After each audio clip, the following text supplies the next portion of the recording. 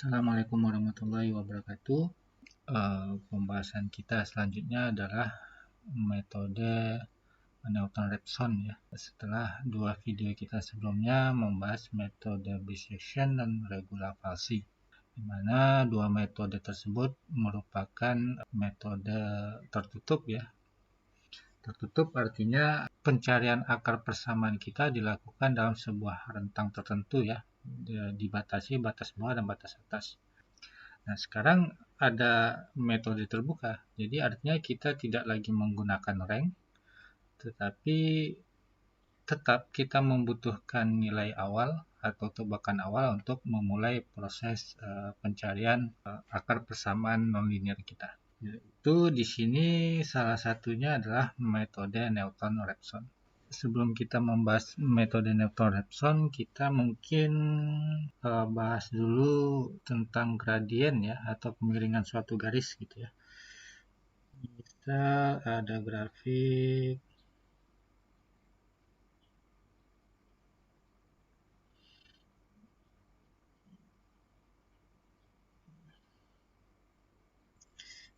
Jadi misalkan ada grafik seperti ini, fx ya, ini x, ini y. Akar persamaannya di sini ya, harusnya x0. Sekarang misalkan kita tarik sebuah garis yang memotong kurva kita. Garis yang memotong kurva misalkan seperti ini, di mana garis ini memotong kurva kita pada dua titik ya. Kalau kita lihat berarti misalkan di sini titik T, titik berikutnya adalah titik A, misalkan seperti itu ya. Artinya di sini nanti ada xt, yt gitu. Di sini ada xa, ya gitu ya. Ini kan xa-nya dan ini xt ya, misalkan seperti itu. Nah, kalau garis ini kita ingin cari gradiennya atau kemiringannya, kan ini kita bisa menggunakan rumus ya, di mana gradien itu M sama dengan delta Y per delta X ya. Atau di sini YA kurang YT dibagi XA kurang XT. Kan itu gradien ya, delta Y per delta X atau kemiringan suatu garis. Nah, sekarang kalau garis ini kita putar dengan sebagai porosnya adalah titik T, gitu, kita putar sedikit. Misalkan seperti ini. Artinya di sini kan ada titik potong yang baru ya. Di sini ya, berarti B XB, YB. Dan ini adalah XB kita. Sekarang kalau kita mau mencari gradiennya dengan kondisi yang baru ini, tentu saja gradiennya cara menghitungnya sama ya. M sama dengan delta Y per delta X, di mana sekarang delta Y-nya adalah YB dikurangi YT per XB dikurangi XT ya. Nah, sekarang kalau kita putar lagi. Di sini ada titik potong yang baru. Di sini ya, C, anggap di sini XC, YC. Berarti ini XC. Dan gradiennya cara menghitungnya sama ya. Delta Y per delta X. Nah, sekarang kalau kita lihat dari yang ini saja, ini kan dari A, B, C ya. Ini kan artinya ada perubahan delta X ya. Delta X-nya semakin kecil, betul ya? Dan kita perhatikan di sini titik-titik potong yang lain ini dengan semakin kecil delta X, ini dia pergerakannya semakin dekat dengan titik T ya. Artinya di sini semakin kecil delta X, maka dua titik potong ini akan saling berdekatan gitu ya. kalau delta X itu semakin kecil, sampai kecilnya mendekati 0 gitu, yang terjadi apa? Kita lihat saja di sini, kita coba putar lagi. Nah, kan seperti ini ya. Nah, artinya di sini kita tidak lagi mendapatkan garis yang memotong kurva pada dua titik, tetapi kita hanya mendapatkan garis yang menyinggung kurva pada sebuah titik tertentu gitu ya. Dalam hal ini garis menyinggung kurva ketika X sama dengan XT gitu ya. Garis ini yang kita sebut dengan garis singgung ya. Jadi garis singgung itu dia hanya menyentuh kurva pada sebuah titik ya. Kalau kita ingin mencari gradiennya, caranya sama dengan sebelumnya ya, di mana M itu sama dengan delta Y per delta X. Hanya saja sekarang delta X-nya mendekati 0. Dan ini sendiri sebenarnya apa ini? Ini kan turunan ya. Turunan dari kurva kita. Jadi bisa kita katakan gradiennya adalah turunan kurva kita ketika X sama dengan XT. Oke, sekarang kalau kita perpanjang garis singgung ini. Nah,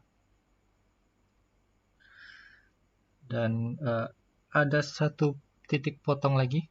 Titik potong antara garis miring dengan sumbu X. Berarti yang ini. Anggap titik ini kita katakan sebagai XT1 misalkan ya. Kalau berdasarkan titik T dan XT1 ini, gradiennya kan sama juga ya. Cara menghitung gradiennya kan tulis di sini. M sama dengan delta Y per delta X. Di mana delta Y-nya sekarang kan yang ini ya. Panjang ini. Di mana titik ini kan sebenarnya Fxt ya. Dan yang di bawah ini tentu saja 0. Makanya delta Y-nya adalah Fxt kurangi 0 ya. Delta X-nya mana? Delta X-nya ini.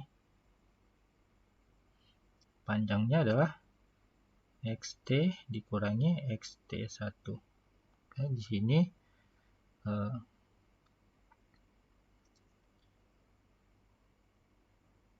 Xt dikurangi Xt1. Oke. Karena ini masih garis yang sama, artinya gradien yang ini dengan gradien yang ini tentu saja sama ya. Artinya apa? Artinya sekarang f aksen xt itu sama saja dengan fxt dibagi dengan xt dikurangi xt1. Ya. Kalau berdasarkan persamaan ini, kalau kita ingin mencari nilai xt1 kan bisa ya. Sekarang kita coba, tadi kan f aksen xt sama dengan fxt dibagi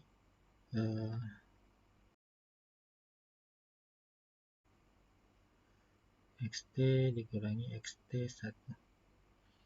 Artinya di sini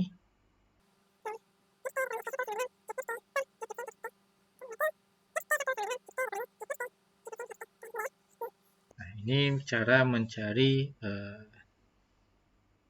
nilai titik ini ya. Dan persamaan ini yang nantinya akan kita gunakan dalam metode Newton-Raphson. Sekarang kita lihat metode Newton-Raphson itu prosesnya bagaimana gitu ya. Proses dalam menemukan akar persamaan kita bagaimana. Kita coba buat grafik yang baru saja ya. Kita buat grafik yang baru.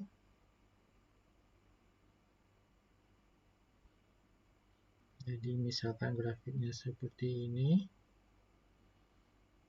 Ini X, ini Y. Dan kita tahu yang disebut dengan akar persamaan kita itu adalah perpotongan antara kurva dengan sumbu X. Ini fx. Nah, metode Newton-Raphson ini kita hanya membutuhkan satu buah nilai awal ya untuk memulai proses kita, atau membutuhkan satu tebakan awal gitu ya. Misalkan tebakan awal kita itu adalah yang di ini. Anggap ini adalah xt. Artinya yang di sini adalah fxt. Sekarang kita akan coba tarik garis singgung di titik ini. Ya. Maka di sini kita dapat lihat bahwa ada titik perpotongan antara garis miring ini dengan sumbu X. Anggap ini titiknya adalah ini. Kita anggap ini sebagai xt1 kita. Dan tadi sebelumnya kita sudah dapatkan rumusnya ya untuk mencari xt1 ini. Rumusnya tadi adalah xt1 sama dengan xt dikurangi fxt per f aksen xt. Itu ya. Nah, bagaimana metode Newton-Raphson ini menemukan akar persamaan kita x0? Kita jadikan xt1 ini sebagai xt kita yang baru. Artinya apa? Artinya kita tarik lagi garis lurus, garis tegak lurus. Di sini ini artinya kan fxt1 kita ya, atau ini adalah xt yang baru ya. Dan berikutnya apa? Berikutnya prosesnya sama lagi dengan proses sebelumnya. Artinya kita tarik lagi garis singgung di titik ini. Jadi kalau kita tarik lagi garis singgungnya kan kurang lebih seperti ini ya. Nah, anggap seperti itu ya. Artinya kita dapat titik xt yang baru adalah di titik ini. Berarti kan ini adalah xt yang berikutnya ya. Berarti anggaplah xt2 ya. Atau sebenarnya nanti dalam proses iterasinya ini menjadi xt yang baru. Karena kita hanya membutuhkan dua buah variabel ya. Nantinya adalah xt1 dan xt. Di mana setiap kita menemukan xt1, artinya xt yang berikutnya gitu ya, itu akan menjadi xt baru kita untuk menghitung xt yang berikutnya lagi. Jadi prosesnya begitu seterusnya sampai nilai xt ini mendekati akar persamaan yang kita cari. Kalau kita mau membuat algoritmanya bagaimana, atau menyusun langkah-langkah untuk kita gunakan di dalam program ya nanti ya. Oke, langkah pertama kita mungkin bisa tuliskan definisikan fx dan turunannya ya. Oke, mungkin ini perlu ditambahkan ya, karena di video kita sebelumnya pada pembahasan metode bisection dan regular-Falsi, langkah ini kita tidak tuliskan ya. Padahal ketika kita membuat program, tentu saja kita menuliskan, membuat fungsi fx-nya dulu ya. Jadi ini sebagai tambahan, karena pada metode regular-Falsi dan bisection, langkah yang ini kita tidak tuliskan langsung pada langkah menentukan A dan B ya. Nah, jadi sebagai tambahan saja untuk video yang sebelumnya ya. Oke, langkah yang pertama definisikan fx dan f aksen x. Langkah yang kedua apa di sini? Kita di sini butuh xt ya. Artinya tentukan nilai awal xt gitu ya. Kalau sudah ada xt-nya, baru kita cari xt1 ya. xt1. Dimana xt1 itu sama dengan xt dikurangi f xt dibagi f aksen xt. Oke. Kemudian apa? Kemudian sebenarnya kan kalau dari yang ini saja prosesnya kan mengulangi lagi langkah sebelumnya ya. Tapi tentu saja kalau kita membuat programnya ini kita perlu cek dulu xt1 ini sudah mendekati x0 kita atau belum, atau xt1 ini sudah merupakan akar persamaan kita atau belum ya. Dalam artian di sini apakah errornya sudah pada batas toleransi atau belum gitu ya. Kalau sudah, jika iya,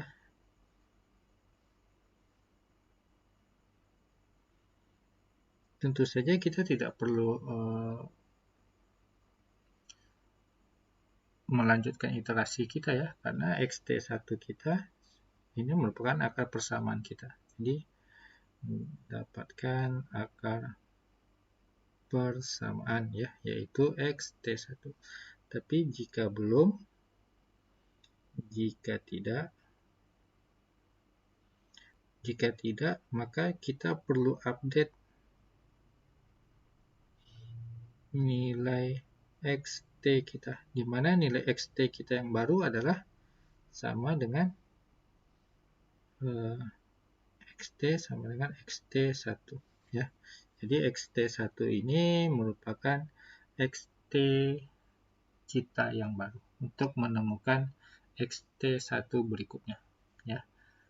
Dan setelah itu baru kita ulangi ke langkah, oh ini belum ada nomornya ya, 1, 2, 3, 4, berarti langkah 3 ya, ulang ke langkah 3 ya. Jadi ini adalah kurang lebih langkah-langkah yang akan kita gunakan dalam menyusun programnya ya. Walaupun nanti ketika kita membuat programnya mungkin ada langkah yang kita kerjakan yang mungkin tidak kita tuliskan di sini ya. Tapi secara garis besar langkah-langkahnya adalah seperti ini. Nah, sekarang kita coba buat programnya ya.